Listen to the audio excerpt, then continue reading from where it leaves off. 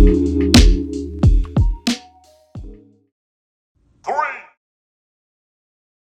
two,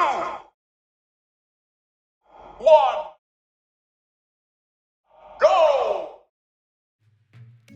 Hutan simpan di Malaysia. Apa itu hutan simpan?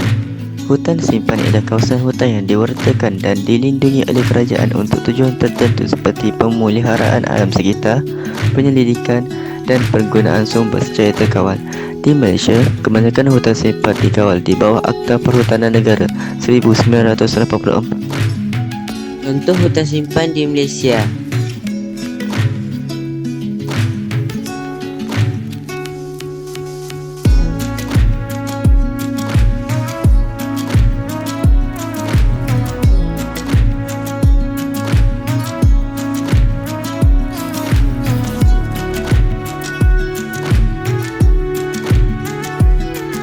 Kenapa hutan simpan ditubuhkan?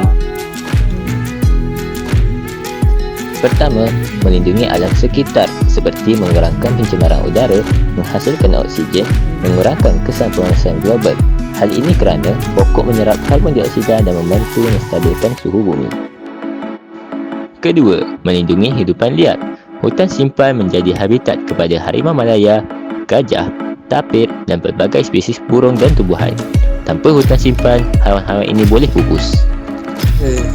Kawasan tanahan air hutan menyimpan dan menapis air secara semula jadi. Air hujan diserap ke dalam tanah dan menjadi sumber bekalan air bersih. Contohnya, kawasan seperti Ulu Muda membekalkan air kepada negeri Kedah dan Pulau Pinang. Yang keempat, mengelakkan banjir dan hakisan tanah. Akar pokok berfungsi memegang tanah supaya tidak runtuh dan mengurangkan aliran air deras. Jika hutan ditebang, risikonya ialah tanah runtuh dan banjir kilat akan meningkat.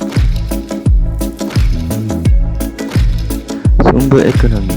Hutan simpan juga memberi manfaat ekonomi melalui pembalakan terkawal, ekopelancongan, penyelidikan perubatan herba dan tumbuhan, tetapi aktiviti ini mesti dilakukan secara terkawal. Faktor-faktor perubahan hutan simpan.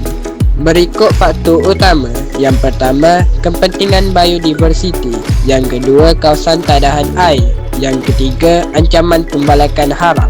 Yang keempat, pembangunan tidak terkawal. Dan akhir sekali, keperluan pemeliharaan jangka panjang. Hutan simpan di Malaysia ditubuhkan untuk melindungi alam sekitar dan memastikan keseimbangan ekosistem terus terpelihara. Hutan simpan berfungsi sebagai habitat hidupan liar, kawasan tadahan air, pengawal suhu bumi serta pelindung daripada banjir dan hakisan.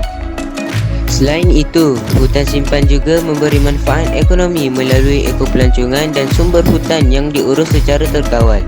Tanpa hutan simpan, banyak spesies tumbuhan dan haiwan boleh pupus serta bencana alam seperti banjir dan tanah runtuh boleh berlaku dengan lebih kerap. Oleh itu, semua pihak perlu bekerjasama untuk menjaga dan memelihara hutan simpan supaya generasi akan datang masih dapat menikmati khazanah alam yang berharga ini.